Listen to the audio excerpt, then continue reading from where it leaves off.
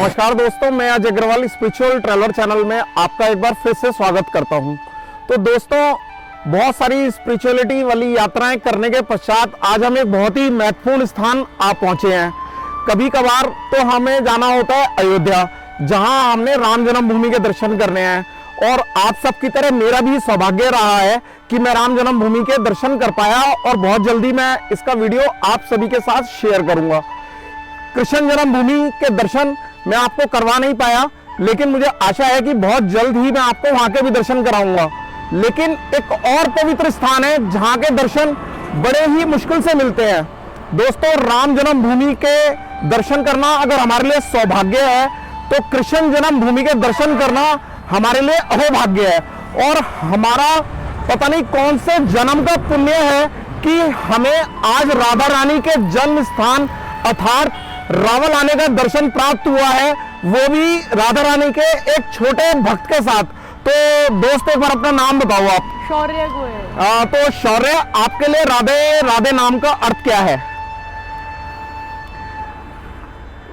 भगवान है वो। भगवान है। हाँ। तो शौर्य, आपके लिए जीवन में भगवान और धर्म का महत्व क्या रहता है? सामने देख के बताइए हमारे दर्शकों को। भगवान हमारी सारी मनोकामनाएं पूरी करते हैं।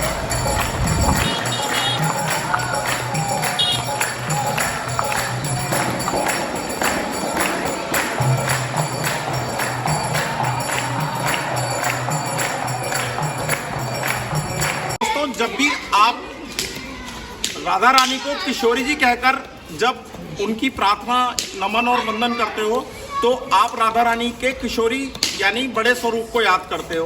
और जब आप लाडली जू कहकर उनको याद करते हो, तो आप उनके बाल स्वरूप को याद करते हो। और उस बाल स्वरूप के दर्शन आपको सिर्फ रावल में उनके जन्म स्थान पर ही मिलते हैं। तो दोस्तों, किसी भी स्थान के दर्शन करने से पहले उस स्थान की श्रद्धा के विषय में अर्थात उसके इतिहास के बारे में जानना बहुत जरूरी होता है। और उस इतिहास के बारे में और इस स्थान की महत्ता में बताने के लिए आज हमारे साथ आचार्य राहुल कंडा जी हमारे साथ हैं। तो राहुल कंडा जी, आपको हम हमारे चैनल के दर्शकों की ओर से एक बार राधे राधे। तो राहुल कंडा जी, आप हमें जरा प्लीज कुछ यहाँ के बारे में बताइए। ये राधा रानी का जन्म स्थान है। यहाँ से राधा रानी जमुना जी से कमल के फूल में प्रकट हुई है। राधा रानी की 11.5 महीने तक आँख नहीं खुली थी। 11.5 महीने के बाद कृष्ण का जन्म मथुरा में हुआ।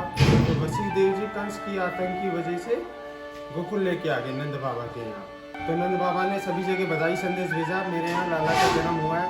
यहाँ से बधाई देने के लिए बृषभान जी, कीर्ति जी, राधा जी को लेकर गोकुल पहुंचे नंद बाबा के यहाँ। वे पहले दर्शन कृष्ण के किए जब जाके उनके दोनों नेत्र खुले।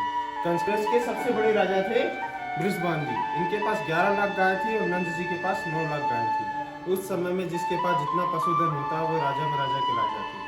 तो मीटिंग करी, वही अब क्या किया जाए, इस क्षेत्र को यहाँ से छोड़ा जाए। तो नंद बाबा उस पहाड़ पे जाके बस गए। उसका नाम नंद जी के नाम से नंदगांव पड़ा। विश्वान जी बोले, आज मेरा मित्र चला गया, मैं अकेला रहकर क्या करूँगा, कल ने कंस मुझे भी तंग करेगा, इसलिए वो उस पहाड़ पे जाके बस गए। उसका नाम विश्वान जी के नाम से बसाना पड़ा। यहाँ राधा रानी की बाल स्वरूप सेवा होती है, इसलिए राधा रानी को लाडली लाल कहते हैं। बच्चे को कहते हैं लाला लाली। राधा रानी वहाँ किशोर अवस्था में गई है, तो वहाँ श्री किशोरी जी बोला जाता है राधा रानी को।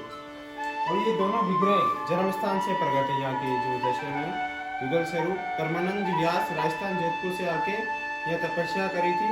उन्हें दृष्टांत दिया था कि मैं इस करील के पेड़ के नीचे हूँ, तो मैया ये तो यमुना का किनारा, करील है, आप कौन से करील में आपका निवास है। तो कि सामा गाय आएगी, चारों स्तन से दूध की धार देगी, उस जगह पे खुदाई करना। उस जगह खुदाई करी तो इस दोनों विग्रह दोनों प्रकट हुए स्वयं। और आज भी वो करील का पेड़ इस गर्भगृह के ऊपर है। उसके कोई जड़ नहीं है। वहाँ कोई भी दुख, तकलीफ, मनोकामना जो भी मांगो, सभी की अरदास पूरी होती है। एक बार फिर राधे राधे के मंत्र जाप के साथ मेरा अपने मित्र से निवेदन है कि वो सबको राधा रानी के बाल स्वरूप के एक बार दर्शन जरूर कराएं नजदीक से।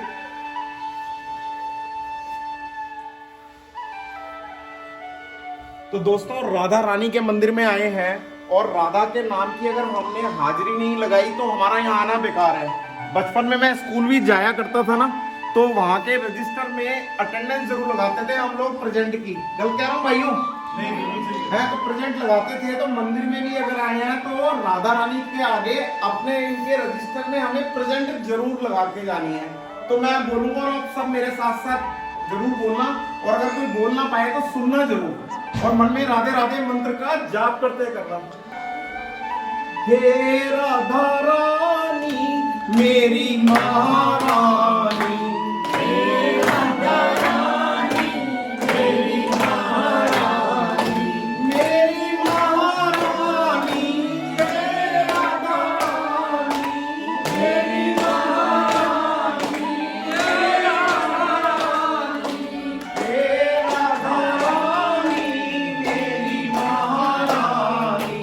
तो दोस्तों ये कोई साधारण वृक्ष नहीं है, ये राधा और कृष्ण के अद्भुत मिलन का साक्षी है।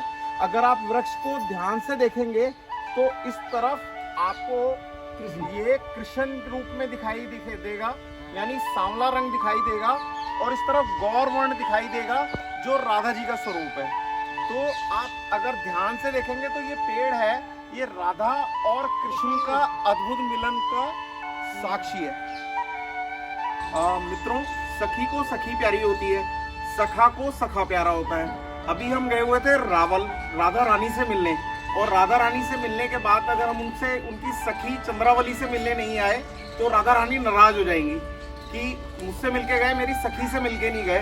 तो इसलिए हम पहुंचे हैं चंद्रावली मंदिर, जो रावल से लगभग 3 से 4 किलोमीटर दूर स्थित है। वैसे तो यहाँ सोमवार को मेला लगता है, लेकिन शायद राधा रानी की सखी चंद्रावली की हमें आज ही बुलाने की इच्छा थी, तो उन्होंने हमें आज के दिन बुला लिया है। तो चलिए चलते हैं मंदिर की ओर। आप पहुंचे हैं मंदिर के प्रांगण में, चंद्रावली मंदिर। तो इससे पहले हम मंदिर में दर्शन करें तो मेरी मंदिर के पुजारी जी से प्रार्थना है कि वो हमें इस मंदिर के विषय में थोड़ा जरूर बताएं। मेरा नाम रामेश्वर है, रामेश्वर सिंह। ये माता चंद्रावली है। भगवान कृष्ण इनको रेटौरा गांव से लेके आए थे छल करके।